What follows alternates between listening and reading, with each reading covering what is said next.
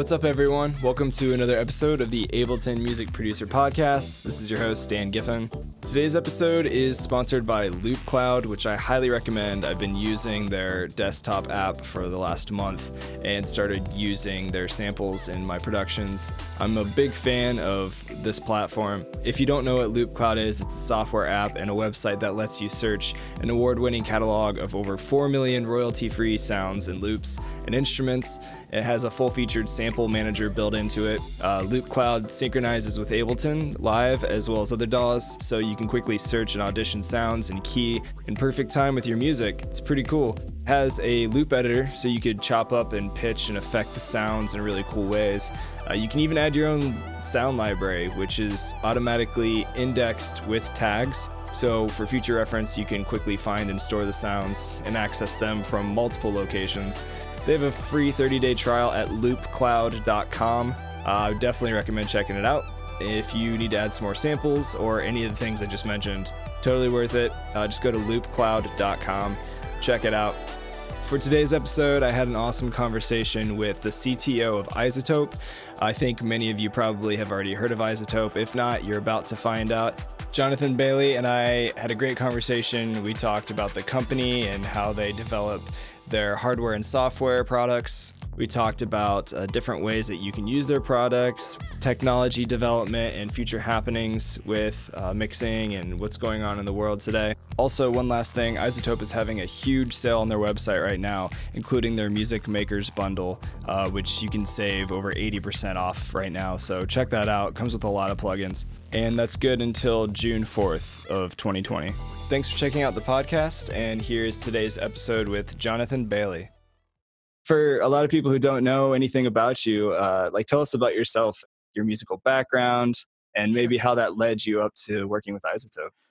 Yeah, sure. Yeah, I have maybe a little bit of an atypical background getting into music technology, in that I talk to my team about this sometimes. I wanted to go from point A to point B, and I took like the most circuitous and winding path possible to get there. I did not That's fun. take a straight line at all. Yeah. So my background is the music part of my life came first. My mother was a music teacher, and I had music in my family. My first instrument was the trumpet, which I wisely and correctly gave up on pretty quickly, and then I started learning how to play the drums. Okay. And So you went from a loud instrument to a louder instrument. Louder instrument. Yeah. Yes, Yeah. exactly. Yes. So I'm a drummer, almost lifelong drummer. When I went to college, so I played in bands in high school and stuff like that. And when I went to and the other thing to know is both my parents worked in Silicon Valley. So I grew up in the Bay Area in Oh, California. nice. That's And beautiful. so what that very nice part of the world to grow up in, and of course is like a good red-blooded American punk rock kid from Silicon Valley, the last thing I wanted to ever do was anything related to software, because that's what my parents did. And so I wanted nothing to do with computers or software or anything. Yeah. I went to college, and I actually studied visual art. I studied That's cool. painting, and Nice. I thought I was going to study physics. And I went to Stanford University for my undergraduate, for my first degree, and I took the advanced undergraduate freshman physics class, which is kind of a weeder class, and I got weeded straight out of that Oh, man. program. It was super hard, and I stumbled upon at the sort of one of my friends pushed me to take a programming class, which again I had no interest. I didn't even have I didn't have an email address before I went to college. Like I sort of knew how to use computers, but not really. Yeah. I took a programming class and I loved it. And I saw the kind of creative potential of programming, and I got sucked right into the computer science program. So I played music all through the time I was at Stanford. I played in the Stanford Jazz Quartet. I have a kind of jazz background, as well as I played in punk rock bands and other genres of music. Hmm. But I always studied jazz. When I graduated, so I graduated with a degree in computer science. I didn't finish my visual arts degree because I would have had to have spend an extra year at Stanford, and I couldn't afford it. So I graduated, I started working, and within, I worked this is 1999, graduating from Stanford University, so I thought I was going to become a millionaire. I moved to New York City, and I worked for a .com startup company. It was acquired. That was cool. I did not become a millionaire, Um, but I had a little Not yet. time to kind of start to learn about like what I wanted to do and what I didn't want to do. And by the time in my early 20s, I realized that I wanted to use my skills as a software engineer for creative applications and not just to make money, basically. Mhm. And I wanted to yeah, I wanted to use that skill set to do something I felt passionate about, and that was obviously music for me. Yeah. And I spent the next 10 years basically trying to break into the music tech industry. So that's kind of my journey. Cool. Um, I applied to a bunch of jobs at companies that are some of whom are competitors of iZotope nowadays. I got rejected by everybody. I tried to get a job at Avid, Cakewalk, Wow. Motu, which was called Market the Unicorn back then. All these companies, nobody would hire me. And so I worked in all of these other areas of technology. And eventually, I was playing drums through this whole process, and this led me to go to uh, ultimately, I was living in Boston at this time. I went back to school at Berklee College of Music, and I studied electronic music production there. And my theory at the time was I had learned enough to know that I had this kind of connective tissue missing. So I understood software development and I understood music, like I could play, but Yeah. I did not understand the process of music production or audio engineering. And so Mhm. that's why I went to Berkeley. So I got a jazz Cool. drumming scholarship to go to Berklee College of Music, but I studied music production there, and that kind of filled in that missing educational gap that I had. And at that point, I started to do some consulting and I got some kind of small gigs doing music software development. And I had done some projects on my own. And that ultimately led me to joining iZotope a number of years later. Awesome. Yeah, I bet you if you reapplied again to Cakewalk and Avid, they probably would hire you at this point, I would think. Maybe. We'll see. That's a I'll let cool. you know if it comes up. That's a good journey, man. I can relate. I grew up playing jazz drums as well, Oh, nice. and have some similar stories as you just mentioned. But yeah, that's Wait, cool. where are you in the world, Dan? Where are you from? I'm in Indianapolis right Oh, you now. are really? Oh, Yeah, wow. yeah. Amazing. So we're not too far apart. And I went to. My wife is from West Lafayette. Oh no way! Yeah, Her father was a professor at Purdue, and so she's a Hoosier. nice. Yeah. Well, I grew up in Ohio. I've been in India about 6 years now, and I actually Okay. moved from Ohio to Manhattan, and then moved back to Indy because it's a lot cheaper. And now I'm really happy Yep. that I'm here. Yep. But so, what are you seeing right now? I guess like in the Brooklyn or New York music community with everything going on. Like, are you seeing more people just making more music, doing the live stream thing? Like, how is Isotope seen? I guess like In the current climate. yeah, in the current climate and economy, what's going on? Yeah, we're this is a weird time to be running a company, I'll Yeah, say, because, yeah. there's obviously the markets are all over the place and Hmm. mostly down, but, pretty Hmm. volatile right now, right? Right. So I'll just say like I have friends in other areas of technology that overnight have seen their businesses totally evaporate. Right. I have Right. some friends who work at a company based in Boston called Toast. They're a very high profile venture backed company. Their customers are all restaurants, and Mhm. restaurants everywhere are shut down. So their revenue just kind of turned off overnight, right? Yeah. Isotope has been pretty lucky, and I think this is true in creator industries in general right now, Mhm. where the fact that everybody is home, people are clearly working on their personal projects and their passions, and they're not Right. spending money elsewhere, Right. and so. We've continued to be pretty healthy as a business, but we have Yeah. no idea to what extent that will continue. Sure. But sort of now more than ever, if you think about if we zoom way out from our current circumstances, there's been kind of an overall macro trend in music production, which is that it's gone from like very capital intensive. You need to go into a big studio, you need to have millions of dollars to make a record, to anybody can do it, right? Exactly. Yeah. And this scenario I think is exposing and forcing people to be even more creative about how they can produce content, and it's only Mhm. creating more demand for content as people are staying home and Right. streaming more music and watching more stuff on Netflix, and there's a sort of content beast that needs to be fed with that as well. So, Yeah. so this is where I say it's a really weird time to run a company, because we simultaneously have to be kind of protecting against future downside for Sure. ourselves, for our investors, for our employees, Yeah. um, whilst recognizing there's like a little bit of an opportunity here. And Mhm. being totally honest, like there's a part of me that ethically feels uncomfortable with like being opportunistic during a Right. disaster or crisis. But But that speaks a lot about you as a person, as a company as well, just even saying that. And I would even make the argument that now is the best time to be making music, really, for Well, that's people, and yeah, you have the tools for them to do that. With iZotope's products, you're giving people the resources to solve existential problems, if I could say that right. So well, I people. mean, yeah, I mean, I guess there's something like, there's nothing like a crisis to really force you to focus on what's really important to you. Sure. And Yeah. like, I believe in our mission and what we do more than ever. And Mm. but Sure. we take it really seriously. Yeah. We put that level of passion and commitment into what we do. And maybe a positive expression of it is I feel just an immense gratitude for the opportunity that we have to be creating Yeah. tools to enable people and inspire people to be creative themselves. Yeah. That's a real gift and privilege, and it's one that Hmm. I take very seriously. And as I just said, I never take that for granted. I find that incredibly motivating. Hmm. Not everybody at iZotope is a musician or content producer, but many of us are.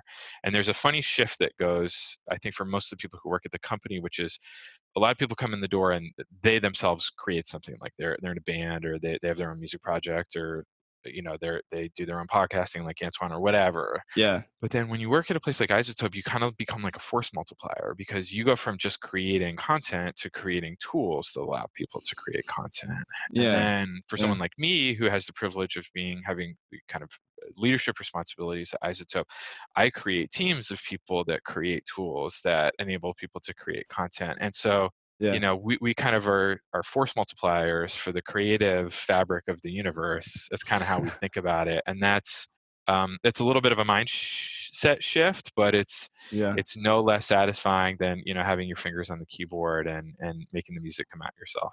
Yeah. It's different. Yeah, absolutely. I would definitely want to talk about like the internal process of what it looks like to develop new products and future things you guys are working on. Like personally, like I said, I've been a big fan of the products, and you guys are always finding ways to use technology to expand off of products that you've already released in like a wide variety of areas, from like bedroom producers trying to clean up audio or do mixing or even mastering in a small room, and you create solutions for that, to people like I'm using Insight too for live performance to balance my tracks before I play in like a bigger Wow, venue environment, like things that's like cool. that. So it's so versatile in the stuff that you guys are producing, and I I can love it. tell you the product was not designed for that use case, so that's really interesting to hear about it. Yeah, yeah, no, it's been saving grace for me, because you just don't know how the sound from a master is going to Yeah, sure. translate from a I mean, studio it to a makes large sense. venue. So It makes sense. Yeah. yeah, yeah. So it's really versatile. I love the stuff you guys are cranking out.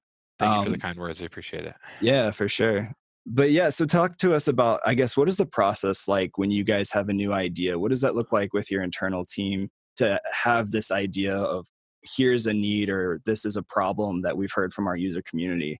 How do we Yeah. actually translate that into being a real thing? Yeah, yeah, it's a great question. We could probably talk about this for the next 8 hours, our Sure, product let's do development it. No, I'm just kidding. process. But I'll spare you that. So I'll say Thanks. this with a couple of caveats, which is one, we're getting better at this all the time, and I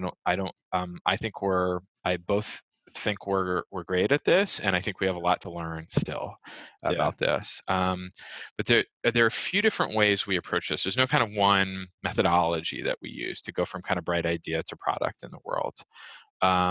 So let me cut it at a couple different ways. So one thing we do is iZotope is an ambitious growth company, and we're kind of looking at the market and at the competitive landscape for areas of opportunity, and areas of opportunity that are worth pursuing, if that makes sense. So sure. we've kind of differentiated ourselves in the marketplace with respect to our competitors by relying on kind of new technology, and in many cases, what we think of anyway is kind of groundbreaking new technology, like solving a problem that has never been solved before, or is very difficult to solve, right? Yeah, And learning from other industries how they've solved that, and maybe kind of comparable problem spaces, and applying that to audio or music production, or through the technology and research and investigation work that we do internally. As we look at the overall market of audio production, music production is pretty big. So we break it down by different customer cohorts, or different customer types, and we call those personas individually. yeah, So we have a sense for each one of those personas, what the offerings are in the marketplace right now, and what their sort of primary problems or pain points are. sure. And so part of the methodology that we use is, let's get really concrete here for a second. Let's take Insight 2, because because I'm a fan. Because you're a fan, because you Yeah, said you like it and I you do. use it in an unexpected way. So let's set that aside for a second. You're Okay. using Insight wrong, Dan. And by the Oh, way, that's I'm great. I I'm love it. I love stereotyped it. now. I'm happy that you're using it wrong because Thanks. Thank these are you. creative pursuits. So the customer that Insight 2 was designed for is called Pip. Pippi is our post-production professional. Pippi Okay. is a professional, probably 40 to 50 years old, works in a studio, 9 to 5 job, has a background in music, is producing audio for film and TV applications, basically. Works in Pro Tools, uses iLok most likely. So we have all of this we've built essentially a description of a real person, right? Right. And this, but it's actually a fictional person, Pippi. Right. So Pippi is Right. our best attempt to kind of reflect the center of the bullseye, basically. Like, what's Mm-hmm. the middle point of all of the different types of Pippis there are in the world? See, I love talking about Pippi. I have a digital marketing background, so this whole Oh, you do? persona Okay, great. thing, Oh, yeah, okay, so this is it makes familiar to great you. sense for Okay. people. Yeah, this is Okay, so good. this may be new for some of your listeners, but this is Sure. how we think about it. Right. So we never can know enough about Pippi, right? Right. Except for they need Um, to learn Ableton. That's the only thing we do know. Pippi's not using a lot of Ableton as Should be Pippi. using. Now, one thing that's interesting about Pippi is Pippi is Pippi during the day, and Pippi might be another person at night. Pippi might be a Roland, who's our like in the Okay. box music producer Ableton customer at night. Yes. So in her free time, maybe she shapeshifts into something different. So we learn about our customer needs through a few different vehicles. One is we talk to them. We do so our design team is sort of leads tip of spear along with our product management team, but we do a lot of customer interviews. So on a Okay. weekly or sometimes even multiple times a week basis, we connect with customers, sometimes over Zoom, sometimes in person, although much more over Zoom nowadays. That's And awesome. we interview them we do two types of interviews with them. We do problem interviews and solution interviews. Problem interviews are we're learning from them, like what's going on, like what do you need, what are your challenges right now, and so we just try and understand what's not working for them. Hmm. We don't see it as our users' job to design solutions for us. That's our job. That's our responsibility. Now, sometimes they want to do that, or they give us specific suggestions or recommendations for features, and that's all good too. But what we really want to know is like the why. Like, what are you struggling with, and why, and what are you trying to accomplish? So that's a problem interview, and then the solution interview is we'll go back to a Pippi and say, okay, we talked to you last time. You said you were having trouble with you're working with music on a TV show, and the vocals in the music are conflicting, or like you're getting some masking with the dialogue at this part of the track. What if you could pull down the vocal track and the music and emphasize the dialogue in the show? And then we come up with something like a feature called Music Rebalance, which we shipped in the last version of RX, which allows you to kind of remix, Yeah. a You, song and kind of pull down you the can vocals. isolate the bass and the vocals and the Exactly, drums. Yeah, exactly. it's very cool. I've played with that. So we'll present this as a solution, or even sometimes this is in like working software. It's just like a paper prototype or a mock-up. Our design team uses some tools to create quasi-working facsimile prototypes of something before we go build it. So we have this whole program around customer interviews. Another way we learn about products, and this is opt-in, but we instrument our products for analytics. So we know what they're doing in the products, which features are being used, which features aren't being used, how much time do they spend in the various modules, et cetera, et cetera. Right. That gives us usually that in product analytics are really interesting because they kind of give us through the power of like large amounts of data, they can kind of give us overall trends, but typically they give us the value is that they give us signals that we can use to inform something like a customer interview. So they reveal to us places that are worth exploring or understanding. Like, we launch a feature, nobody uses it, right? We can see that. Well, then the question is Interesting. why? And Yeah. then we might learn there's a discoverability issue with it. Like, people don't actually know there's a new feature there, or we just Sure. need to emphasize the new feature in our marketing. So Yeah. we glean this from user analytics. Hmm. And then the last place we learn about the customers is through some of the more traditional means that you might imagine, which is like industry reports, market data stuff, those Yeah. kinds of things, surveys, stuff like that. See, that's fascinating to me. I mean, basically, you take that persona you connect with the actual users, and Yep. then you take the data off of how they're using the plugins in specific ways to Yep. basically facilitate like new growth or solutions to those artists. I know Ableton is really intentional about being involved in the forums that they have on their site, Yeah. to collect a lot of that feedback. Yeah, I mean, it sounds like you guys are doing a lot of that user feedback as well, which is really helping you out in the long run. It's good Yeah. stuff. Yeah. Yeah. Um, I guess, do you have any fun stories behind what inspired a certain product? Like, was there anything that really surprised you of like how a product turned out or was developed, or like anything that was just really unique? I threatened to talk about Insight 2, and then I forgot to in my example just now. But I'll give you. But I always really. I think we all enjoy hearing stories of where our products are used in different ways than we imagine them being used. Yeah, Actually, the very first project I worked on at iZotope is probably my best example of this, which is so when I joined iZotope in 2011, and the first product that I worked on was we have a visual spectral synthesizer, kind of sampling synthesizer product called Iris. It's Iris 2 is the current yeah, version of it.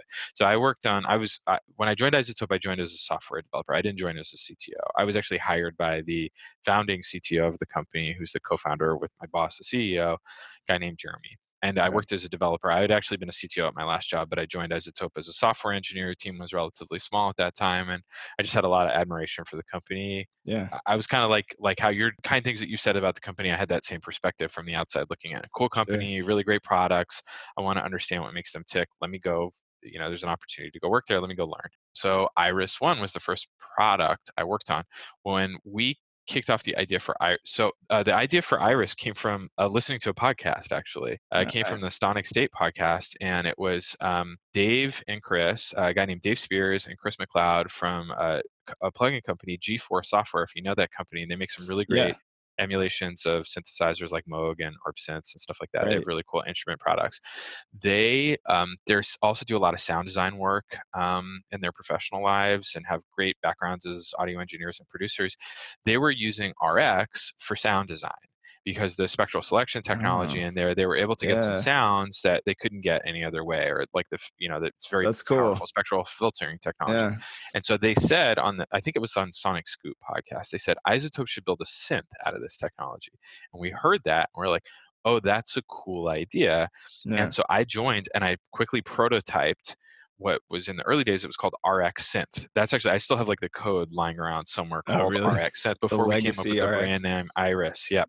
cool, And so that's maybe, I don't know if that's a good example or a fun example, but that's an yeah, example of where technology that was designed for one application, it was literally designed for restoration and repair, uh, hmm, suddenly took when you put technology in the hands of creative people, they use it and abuse it in all sorts of unexpected ways. yeah, And that's one of the things I love the most about this industry is where this kind of like innovative use of technology or innovative approaches to music production or creation, they come from places that you least expect.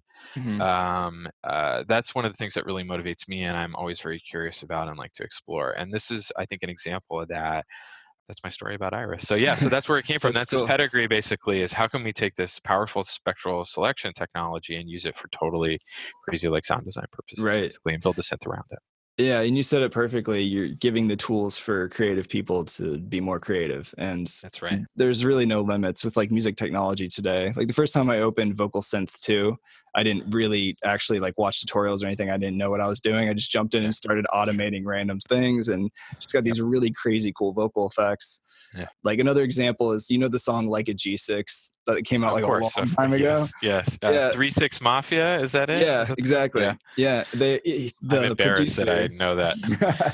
It's all right. We're all fans. But he dragged an or a MIDI clip into the wrong track, and that's what created that dun dun dun dun dun dun. It's just this crazy sound, and then he ended up selling like millions and millions of records like from that song. Amazing.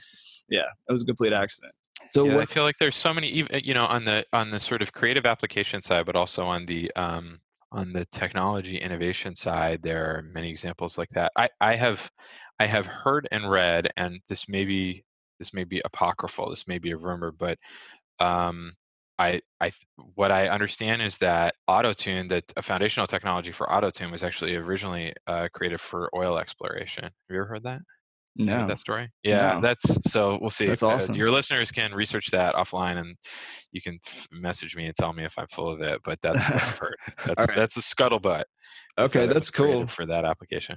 That's awesome. Yeah, I didn't know that. Hey, just wanted to give you a quick reminder about loopcloud.com. Grab that free 30-day trial right now. Go to loopcloud.com, or there is a link in the description of this video if you want to just click that. It could definitely be a game changer for you as far as finding new samples and finding cool new creative ways to chop up sounds and effects and to store your sound library in the cloud, saving some hard drive space. And there's over 4 million sounds. It's all royalty free, so check it out. Link in the description. And back to today's episode.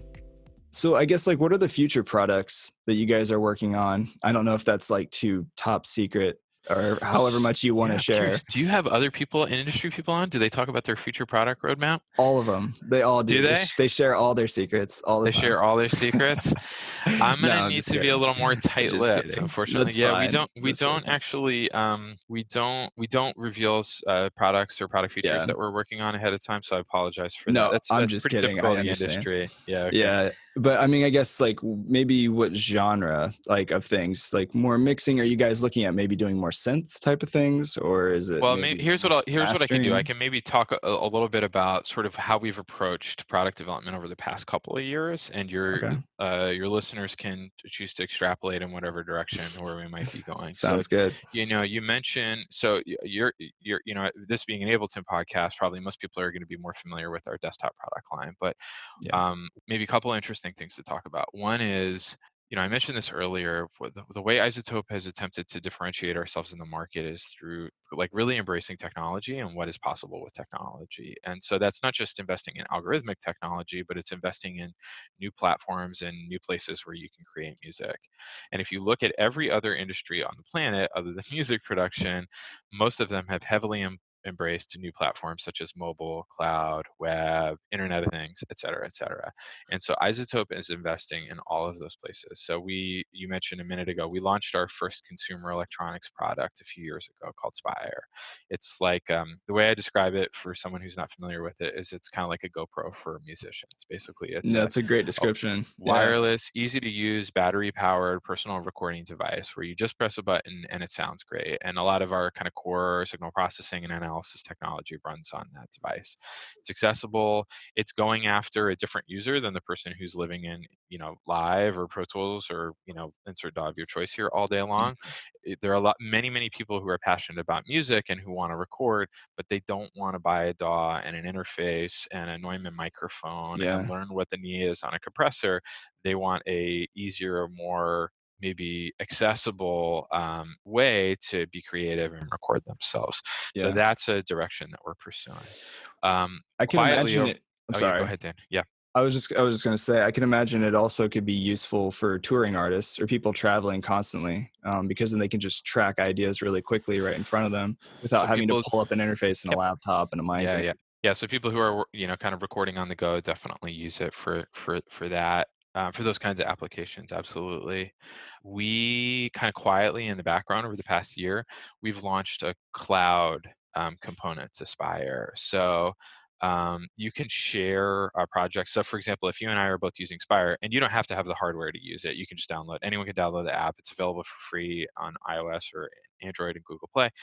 So I can work on a project and I can share it with you. We have this cloud infrastructure that we can share it through. As I send it from me to you, we can actually enhance it. So we can actually do some kind of automated enhancement. And like you can automated kind of imagine where that'll compression go. We just make it and things sound like better, that. Yeah, basically, as it yeah, comes from me to you. And those are user controllable features ultimately. But you can imagine it's like a kind of file transfer service with some added value on top of it, basically. So yeah, we're exploring how we can use these other technology platforms in order to bring music production into the 21st century. It's kind of what we're trying to do. A lot of I have great respect for companies that make like emulations of hardware equipment and stuff like that. Those are cool, and many of the products sound great, and we love them. But a lot of what we're doing and how we work in music technology here in 2020 is based on sort of design patterns and principles that are 30, 40, 50, 60 years old and are not really utilizing what we can do with technology in 2020. And so we're interested in kind of pushing the envelope and kind of moving the ball forward. in that That's regard. awesome. Yeah, Yeah. no, it's a cool product. And when did that come out? When was that released? So the actual hardware, I think, was released in 2017. The first version of the app Okay. was released in about the 2015 timeframe. Yeah. Yeah, so it's been out for a couple years now. Yeah. Cool. Yeah, it's a really interesting product, especially with that cloud sharing platform. Yeah. Makes it pretty easy, especially Yeah. for people, on the go, traveling or whatever, or just maybe don't have the engineering background, like you said. Just need a Yeah. nice clean. And you could stem out, say, if somebody wanted to send a recording of the guitar and vocal and a couple Yeah. tracks in Yeah. the cloud, that could give me the stems as the engineer or the producer to work with. That's right. And right, yeah, That's right. it's Yeah, really and cool.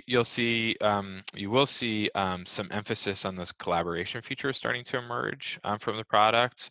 So if you're subscribed to like our newsletter, you'll see some marketing spotlights, some ways that someone who's maybe doesn't work in like a DAW can collaborate with someone who works in a DAW, and some functionality to support that. So Hmm. so Yeah. that's pretty exciting.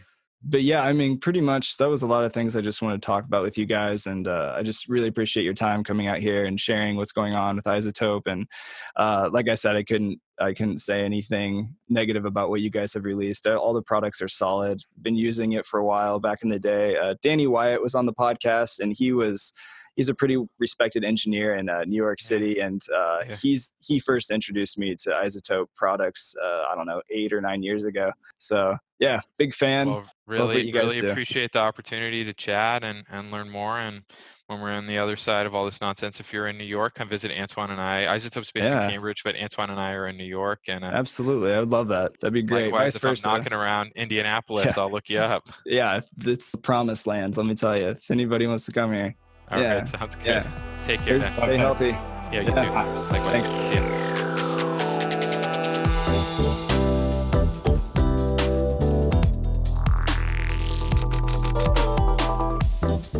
Thanks so much for listening, everybody, to this episode. Please leave a comment and a review on your listening platform, wherever you guys are. Hit subscribe. I appreciate you guys tuning in. Also, want to give a heads up for those that didn't know, right now with my Ableton Live training membership website, liveproducersonline.com, you can save 50% on your first month subscription, where I have hundreds of videos teaching Ableton Live from the studio to stage with my courses and webinars, even with other Ableton certified trainers and myself. Definitely a great tool to learn if you guys want to start DJing, or if you wanted to get started in Ableton Live and you're new. I'd be happy to help you on the other side. 2 membership plans. The basic plan, you just learn at your own pace and access all the training. The pro plan, I will help you personally on your projects monthly. 50% off your first month. Just use the discount code PODCAST. Would love to meet you guys on the other side. The Facebook group has been doing awesome. It's been really fun to see people share their tracks in that group. We're sharing every Sunday. And if you join the membership, you are part of that group. It's a great resource and community to learn and grow together. And obviously, Ableton Live is a huge part of that. So love you guys. Have a happy, healthy, and safe week. And I will see you next time.